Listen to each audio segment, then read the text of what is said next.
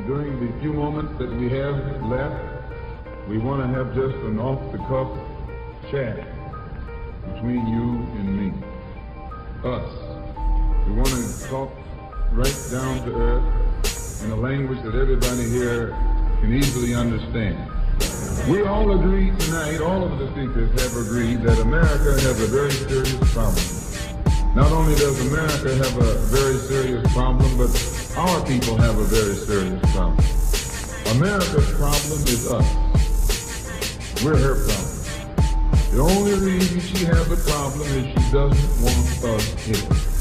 And every time you look at yourself, be you black, brown, red, or yellow, a so-called Negro, you represent a person who poses such a serious problem for America because you're not one. Once you face this as a fact, then you can start plotting a course that will make you appear intelligent instead of unintelligent. What you and I need to do is learn to forget our differences. When we come together, we don't come together as Baptists or Methodists. You don't catch hell because you're a Baptist, and you don't catch hell because you're a Methodist. You don't catch hell because you're a Methodist or a Baptist. You don't catch hell because you're a Democrat or a Republican. You don't catch hell because you're a Mason or an elf.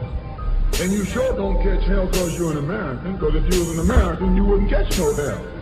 You catch hell because you're a black man. You catch hell, all of us catch hell for the same reason. So we are all black people, so-called Negroes, second-class citizens, ex-slaves. You are nothing but an ex-slave. You don't like to be told that. But what else are you? You are ex-slave. You didn't come here on the Mayflower. You came here in a slave ship, in chains, like a horse or a cow or a chicken. And you were brought here by the people who came here on the Mayflower. You were brought here by the so-called Pilgrims or Founding Fathers. They were the ones who brought you here. We have a common enemy. We have this in common.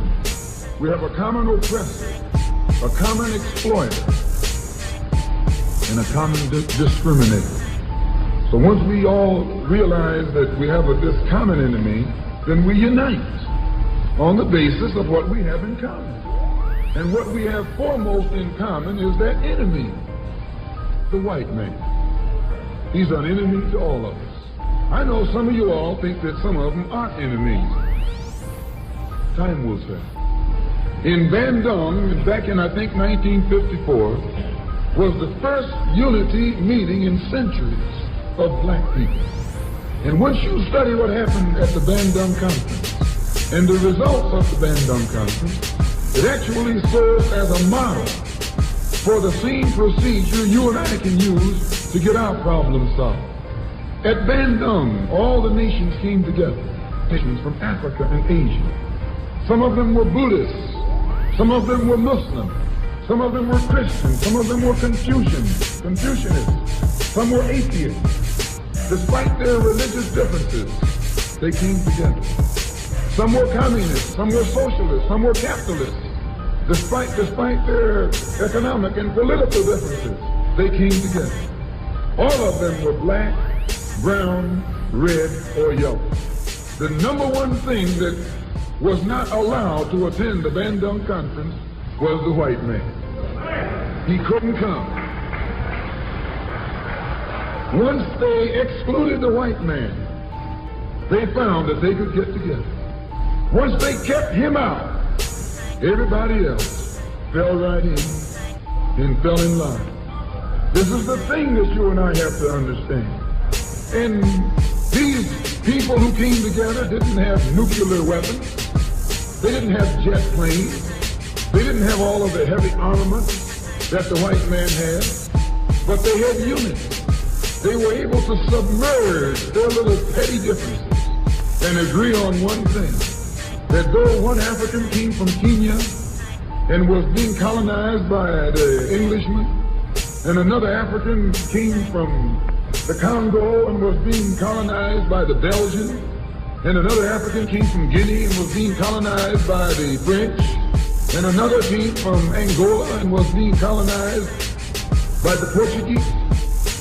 When they came to the Bandung Conference, they looked at the Portuguese, and at the Frenchmen, and at the Englishmen, and at the other Dutchmen, and learn or realize that the one thing that all of them had in common, they were all from Europe.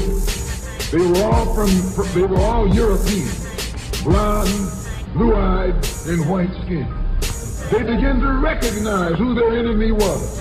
The same man that was colonizing our people in Kenya was colonizing our people in the Congo. The same one in the Congo was colonizing our people in South Africa, and in southern Rhodesia, and in Burma, and in India, and in Afghanistan, and in Pakistan. They realized all over the world where a dark man was being oppressed, he was being oppressed by the white man. Where the dark man was being exploited, he was being exploited by the white man. So they got together under this basis, that they had a common enemy. And when you and I here in Detroit and in Michigan and in America, who have been awakened today, look around us, we too realize here in America, we all have a common enemy. Whether he's in Georgia or Michigan, whether he's in California or New York, he's the same man. Blue eyes and blonde hair and pale skin. Same man.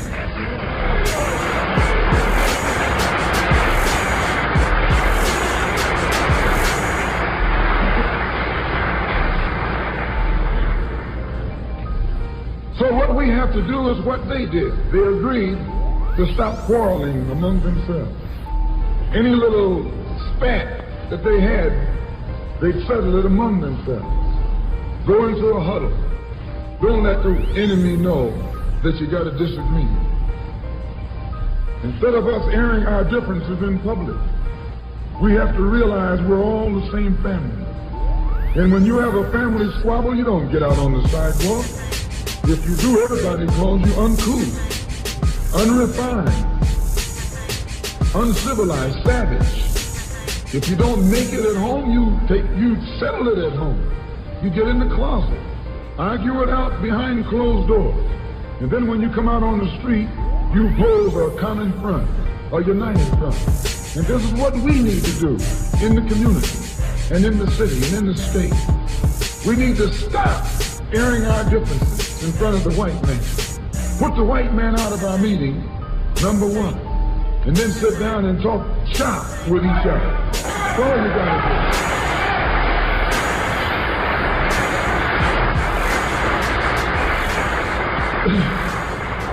I would like to make a few comments concerning the difference between the Black Revolution and the Negro Revolution. There's a difference. Are they both the same? And if they're not, what is the difference? What is the difference between a Black Revolution and a Negro Revolution? First, what is a revolution?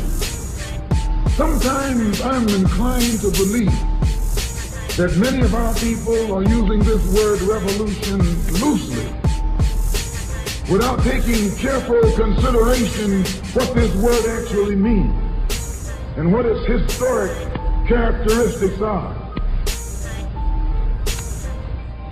When you study the historic nature of revolution, the motive of a revolution, the objective of a revolution, and the result of a revolution, and the methods used in a revolution, you may change words. You may devise another program. You may change your goal and you may change your mind. Look at the American Revolution in 1776.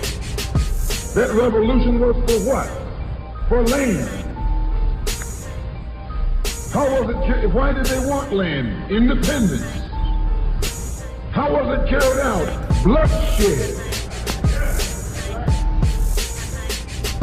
Number one, it was based on land. the basis of independence. And the only way they could get it was bloodshed. The French Revolution, what was it based on? The landless against the landlord. What was it for? Land. How did they get it? Bloodshed. Was no love lost. Was no compromise. Was no negotiation. I'm telling you, you don't know what a revolution is. Because when you find out what it is, you'll get back in the alley. You'll get out of the way.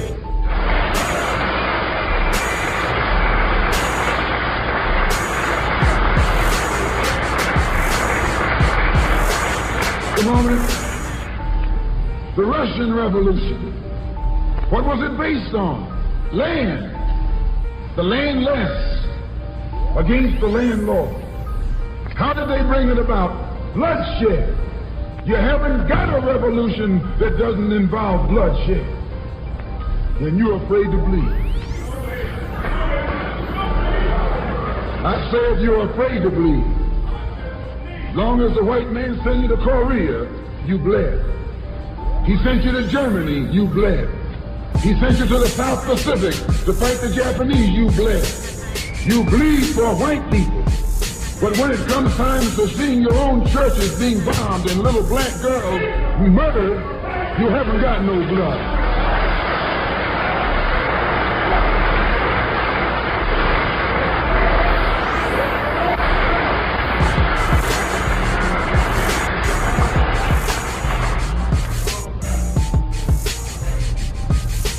You bleed when the white man says bleed. You bite when the white man says bite.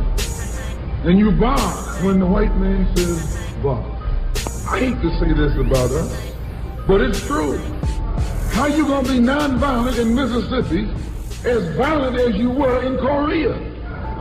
How can you justify being nonviolent in Mississippi and your churches are being bombed and your little girls are being murdered, and at the same time you're gonna get violent with Hitler and Tojo and somebody else that you don't even know?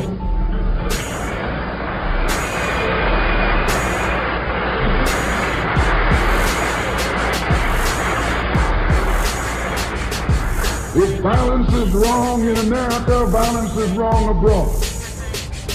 If it's wrong to be violent, defending black women and black children and black babies and black men, then it's wrong for America to draft us and make us violent abroad in defense of her.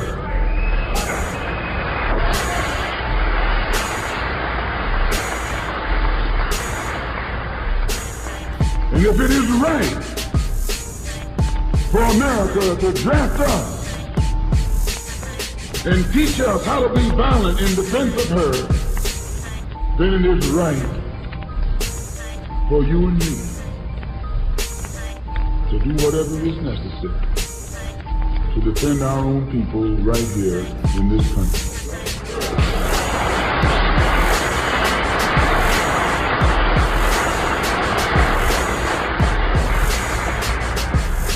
The Chinese Revolution. They wanted land. They threw the British out, along with the Uncle Tom's Chinese. Yeah, they did. They set a good example. When I was in prison, I read an article, and don't be shocked when I say I was in prison. You still in prison.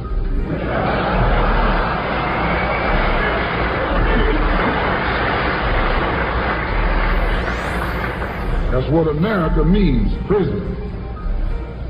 When I was in prison, I read an article in Life magazine showing a little Chinese girl, 9 years old. Her father was on his hands and knees, and she was pulling the trigger because he was an Uncle Tom of China. When they had the revolution over there, they took a whole generation of Uncle Toms, just wiped them out. And within 10 years, that little girl became a full-grown woman. No more Toms in China. And today is one of the toughest, roughest, most feared countries on this earth by the white man. because there are no Uncle Toms over there.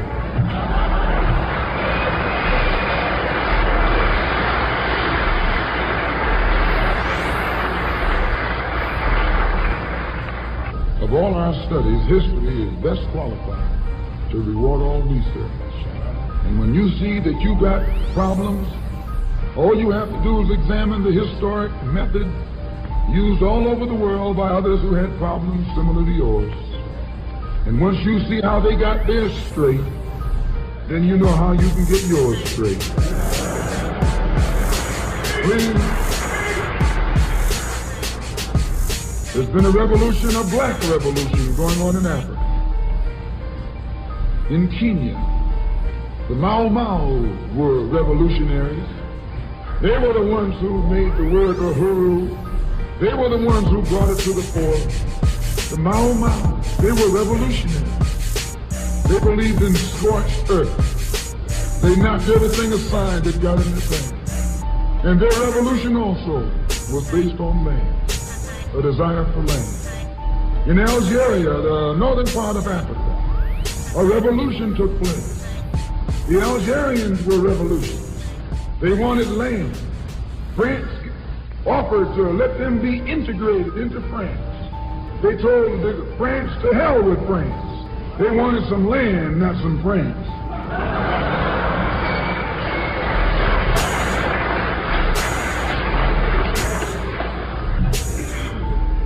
And they engaged in a bloody battle. So I cite these various revolutions, brothers and sisters, to show you, you don't have a peaceful revolution. You don't have a turn the other cheek revolution. There's no such thing as a non-violent revolution. Only kind of revolution that's non-violent is the Negro Revolution.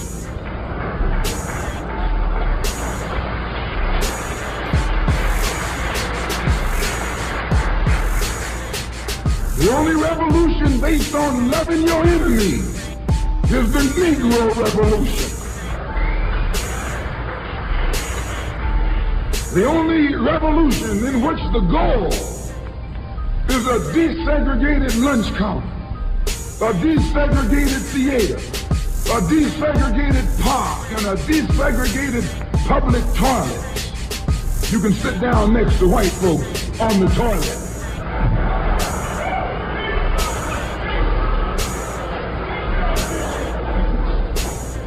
That's no revolution. Revolution is based on land.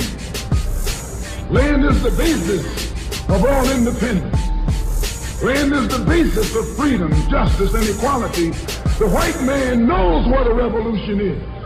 He knows that the black revolution is worldwide, in scope and in nature.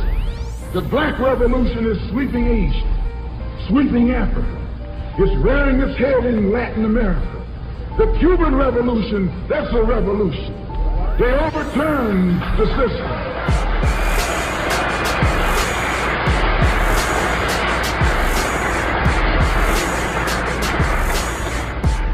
Revolution is in Asia. Revolution is in Africa. And the white man is screaming because he sees revolution in Latin America. How do you think he'll react to you when you learn what a real revolution is? You don't know what a revolution is. If you did, you wouldn't use that word. A revolution is bloody. Revolution is hostile. Revolution knows no compromise. Revolution overturns and destroys everything that gets in its way. And you sitting around here like a knot on the wall saying, I'm going to love these folks no matter how much they hate me. No, you need a revolution.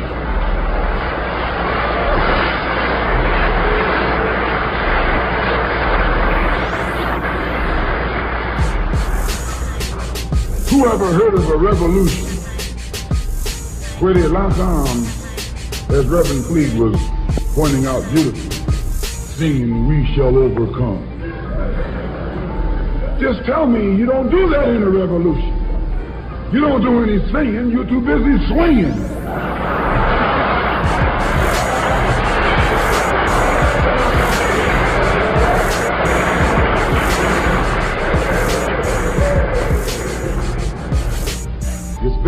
land. A revolutionary wants land so he can set up his own nation, an independent nation. These Negroes aren't asking for no nation. They're trying to crawl back on the plantation.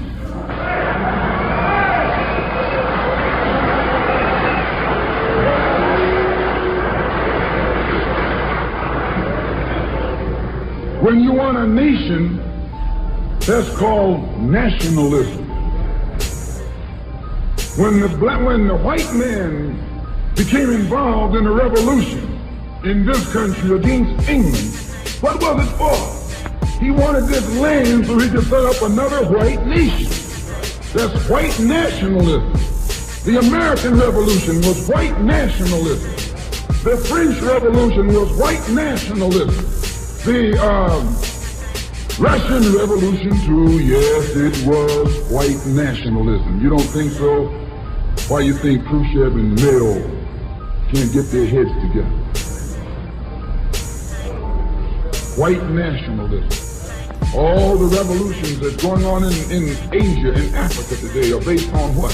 Black nationalism.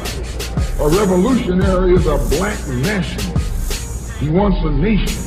I was reading some beautiful words by Reverend Cleave pointing out why he couldn't get together with someone else here in the city.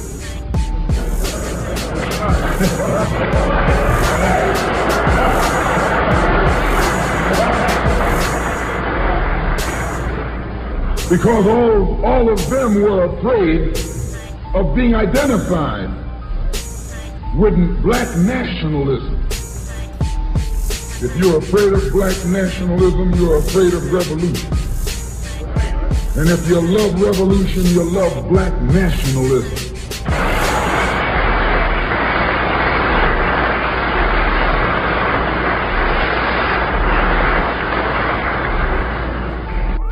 To understand this, you have to go back to what young brother here referred to as the house Negro and the field Negro, back during slavery. There was two kinds of slaves. There was the house Negro and the field Negro. The house Negro, they lived in the house with master. They dressed pretty good. They ate good because they ate his food, what he left. They lived in the attic or the basement, but still they lived near their master. And they loved their master more than the master loved himself. They would give their life to save their master's house quicker than the master would. The house Negro, if the master said, we got a good house here, the house Negro said, yeah, we got a good house here. Whenever the master said we, he said we. That's how you can tell a house Negro. If the master's house caught on fire, the house Negro would fight harder to put the blaze out than the master would. If the master got sick, the house Negro would say, what's the matter, boss? We sick. We sick.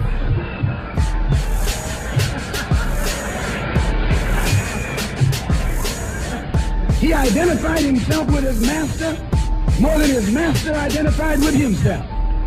And if you came to the house Negro and said, let's run away, let's escape, let's separate, that house Negro would look at you and say, man, you crazy.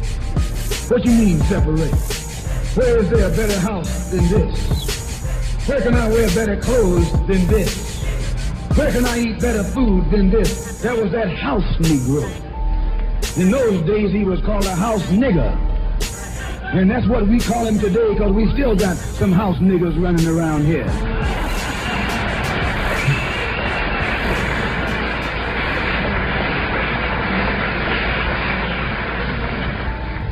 This modern house Negro loves his master. He wants to live near him. He'll pay 3 times as much as the house is worth just to live near his master. And then brag about, I'm the only Negro out here.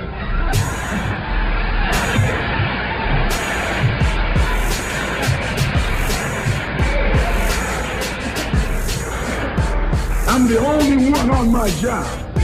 I'm the only one in this school. You're nothing but a house Negro. And if someone come to you right now and say, let's separate, you say the same thing that the house Negro said on the plantation. What you mean separate? From America? This good white man? Where you gonna get a better job than you get here? I mean, this is what you say. I ain't left nothing in Africa. That's what you say, while you left your mind in Africa.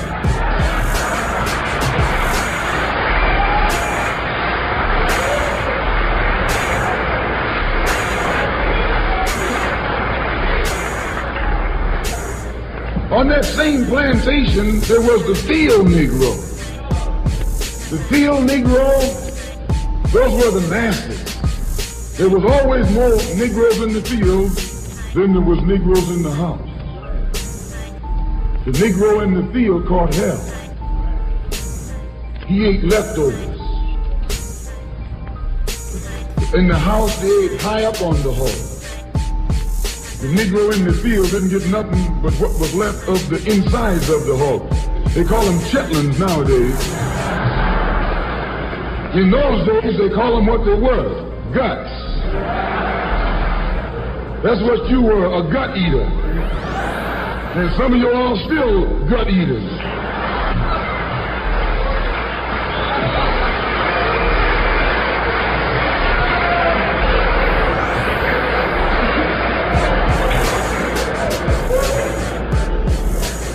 The field Negro was beaten from morning till night. He lived in a shack, in a hut. He wore cast-off clothes. And he hated his master. I say he hated his master. He was intelligent. That house Negro loved his master. But that field Negro, remember, they were in the majority. And they hated his master.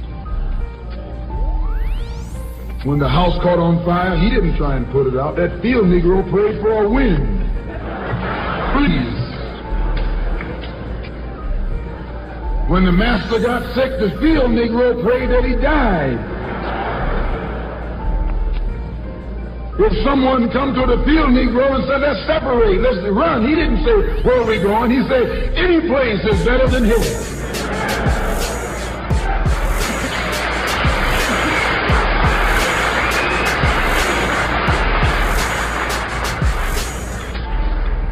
You got field Negroes in America today. I'm a field Negro. The masters are the field Negroes. When they see this man's house on fire, you don't hear these little Negroes talking about our government is in trouble. They say the government is in trouble.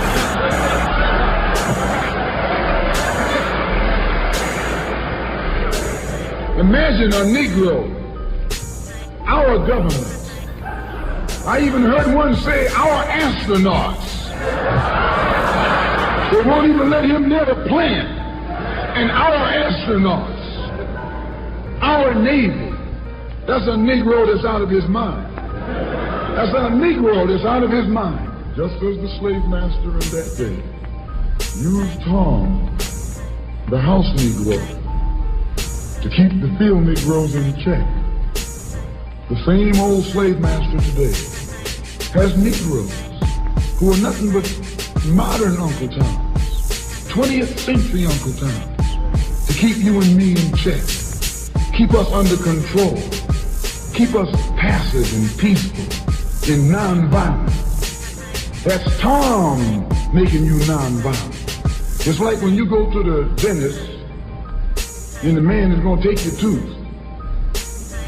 You're going to fight him when he starts pulling. So they squirt some stuff in your jaw called Novocaine to make you think they're not doing anything to you. So you sit there and because you got all that Novocaine in your jaw, you suffer peacefully.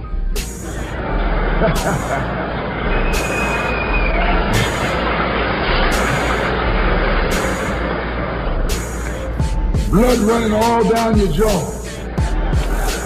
And you don't know what's happening because someone has taught you to suffer peacefully.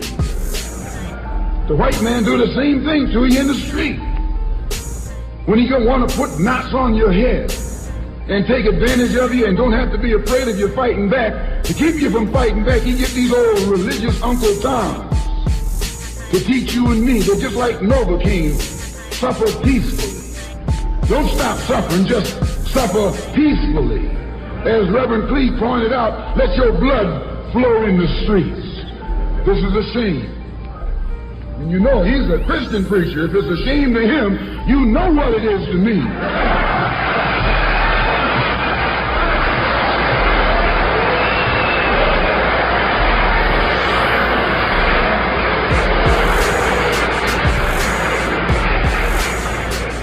There's nothing in our book, the Quran, as you call it, Quran, teaches us to suffer peacefully.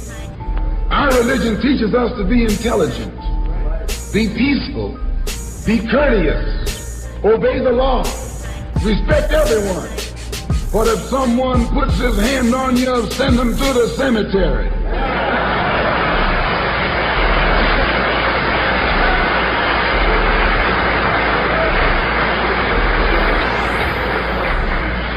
That's a good religion. In fact, that's that old-time religion.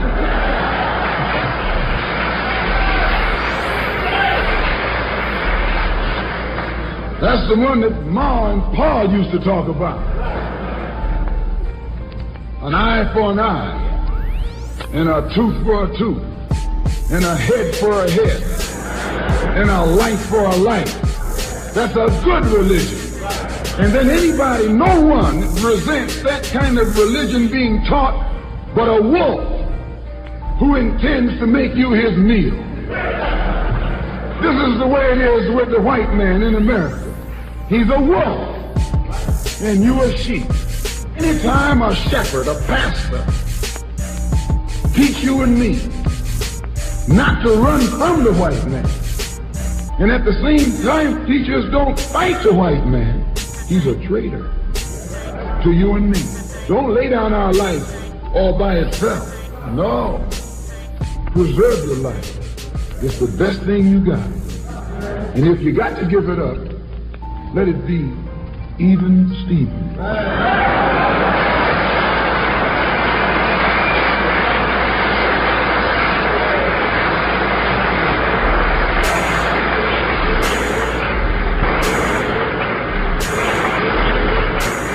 The slave master took Tom and dressed him well and fed him well and even gave him a little education. Gave him a long coat and a top hat and made all the other slaves look up to him. Then he used Tom to control them. The same strategy that was used in those days is used today by the same white man. He take a Negro, so-called Negro, and make him prominent. Build him up. Publicize him. Make him a celebrity. And then he becomes a spokesman for Negro and a Negro leader.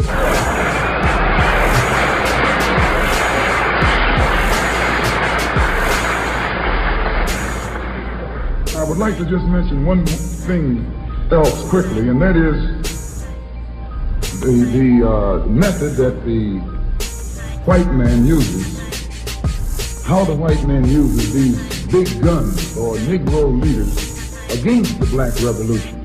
They're not a part of the black revolution. They're used against the black revolution. When Martin Luther King failed to desegregate Albany, Georgia, the civil rights struggle in America reached its low point. King became bankrupt almost as a leader. Plus, even financially, the Southern Christian Leadership Conference was in financial trouble. Plus, it was in trouble, period, with the people when they failed to desegregate Albany, Georgia. Other Negro civil rights leaders of so-called national stature became fallen idols. As they became fallen idols, began to lose their prestige and influence, local Negro leaders began to stir up the masses. In Cambridge, Maryland, Gloria Richardson. In Danville, Virginia, and other parts of the country, local leaders begin to stir up our people at the grassroots level. This was never done by these Negroes whom you recognize of national stature. They controlled you, but they never incited you or excited you. They controlled you, they contained you, they kept you on the plantation. As soon as King failed in Birmingham, Negroes took to the streets. King got out and went out to California to a big rally and raised about, I don't know how many thousands of dollars. Come to Detroit and had a march and raised some more thousands of dollars. And recall, right after that, Wilkins attacked King, accused King and the Corps of starting trouble everywhere and then making the NAACP get him out of jail and spend a lot of money, and then he accused King and Corps of raising all the money and not paying it back. This happened. I got it in documented evidence in the newspaper.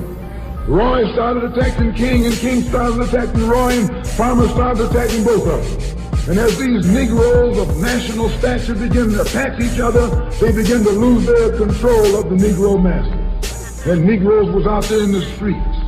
They was talking about, we're going to march on Washington. By the way, and right at that time, Birmingham had exploded, and the Negroes in Birmingham, remember, they also exploded. They began to stab the crackers in the back and buzz them upside the head. Yes, they did. That's when Kennedy sent in the troops down in Birmingham. So, and right after that, Kennedy got on the television and said, this is a moral issue. That's when he said he's going to put out a civil rights bill.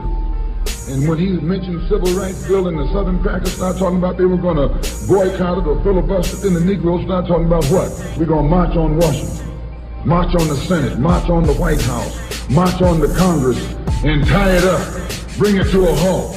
Don't let the government proceed. They even said they were going to go out to the airport and don't let no airplanes land.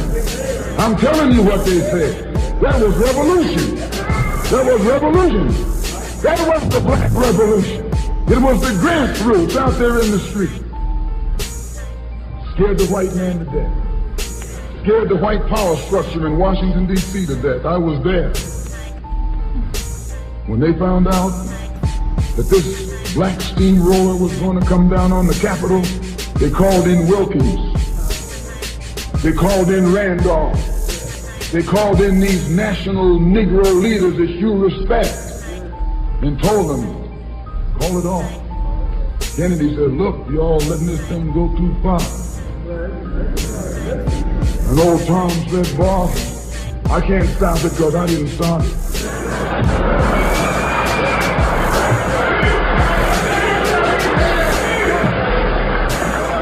I'm telling you what they said. They said, I'm not even in it, much less at the head of it. They said, these Negroes are doing things on their own. They're running ahead of us. And that old shrewd fox, he said, well, if you all aren't in it, I'll put you in it. I'll put you at the head of it. I'll endorse it. I'll welcome it. I'll help it. I'll join it. A matter of hours went by. They had a meeting at the Carlisle Hotel in New York City. The Carlisle Hotel is owned by the Kennedy family. That's the hotel Kennedy spent the night at 2 nights ago. Belongs to his family. On their own. They're running ahead of us. And that old shrewd fox, he said, well, if you all aren't in it, I'll put you in it. I'll put you at the head of it. I'll endorse it. I'll welcome it. I'll help it. I'll join it. A matter of hours went by. They had a meeting at the Carlisle Hotel in New York City. The Carlisle Hotel is owned by the Kennedy family.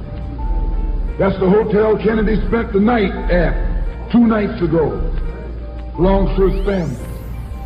A philanthropic society headed by a white man named Stephen Currier called all the top civil rights leaders together at the Carlisle Hotel and told them that by you all fighting each other, you're destroying the civil rights movement. And since you're fighting over money from white liberals, let us set up what's known as the Council for United Civil Rights Leadership. Let's form this council, and all the civil rights organizations will belong to it.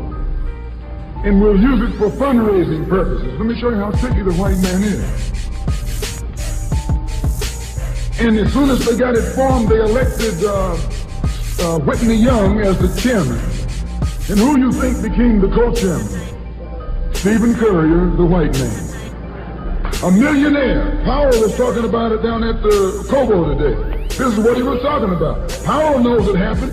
Randolph knows it happened. Wilkins knows it happened. King knows it happened. Every one of that so-called Big Six, they know what happened.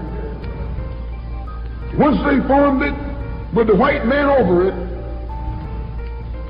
he promised them and gave them $800,000 to split up between the Big Six, and told them that after the march was over, they'd give them $700,000 more. $1.5 million split up between the leaders that you've been following, going to jail for, crying crocodile tears for, and there's nothing but Frank James and Jesse James and brothers.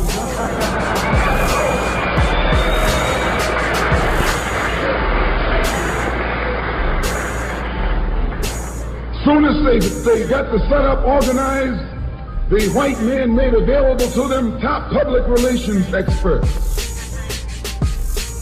Opened the news media across the country at their disposal.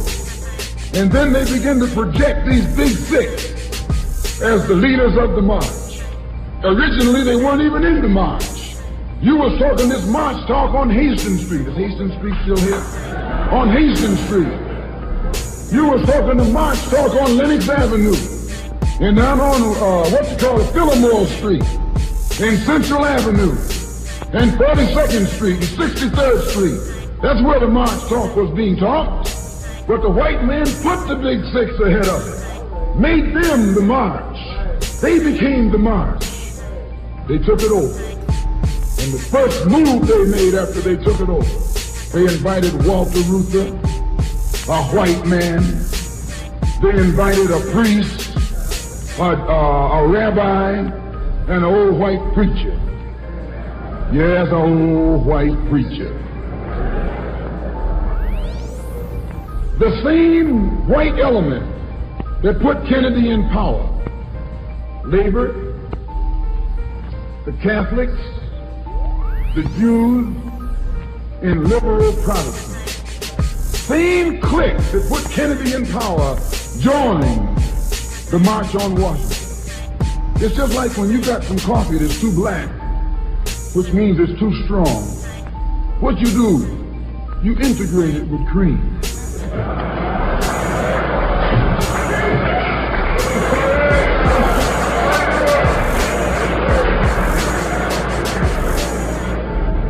You make it weak.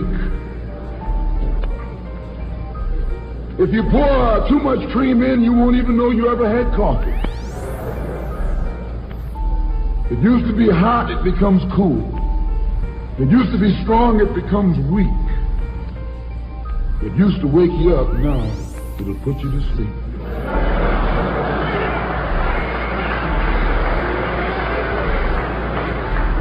This is what they did with the March on Washington. They joined it. They didn't integrate it, they infiltrated it. They joined it, became a part of it, took it over. And as they took it over, it lost its militancy. They ceased to be angry. They ceased to be hot. They ceased to be uncompromising. Why, it even ceased to be a march. It became a picnic, a circus. Nothing but a circus with clowns and all. We had one right here in Detroit. I saw it on television with clowns leading, white clowns and black clowns. I know you don't like what I'm saying, but I'm going to tell you anyway, because I can prove what I'm saying.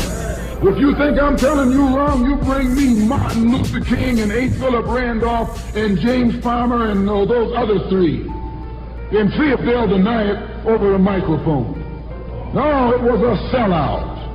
It was a takeover. when James Baldwin came in from Paris, they wouldn't let him talk because they couldn't make him go by the script. Burt Lancaster read the speech that Baldwin was supposed to make. They wouldn't let Baldwin get up there because they know Baldwin liable to say anything. They controlled it so tight, they told those Negroes what time to hit town, how to come, where to stop, what sign to carry, what song to sing, what speech they could make and what speech they couldn't make, and then told them to get out of town by sundown.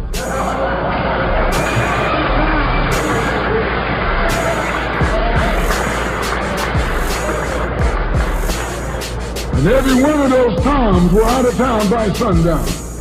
Now I know you don't like my saying this, but I can back it up. It was a circus, a performance that beat anything Hollywood could ever do. The performance of the year. Luther and those other three devils should get a Academy Award for the best actors because they acted like they really loved Negroes and fooled a whole lot of Negroes. And the 6 Negro leaders should get an award too for the best support.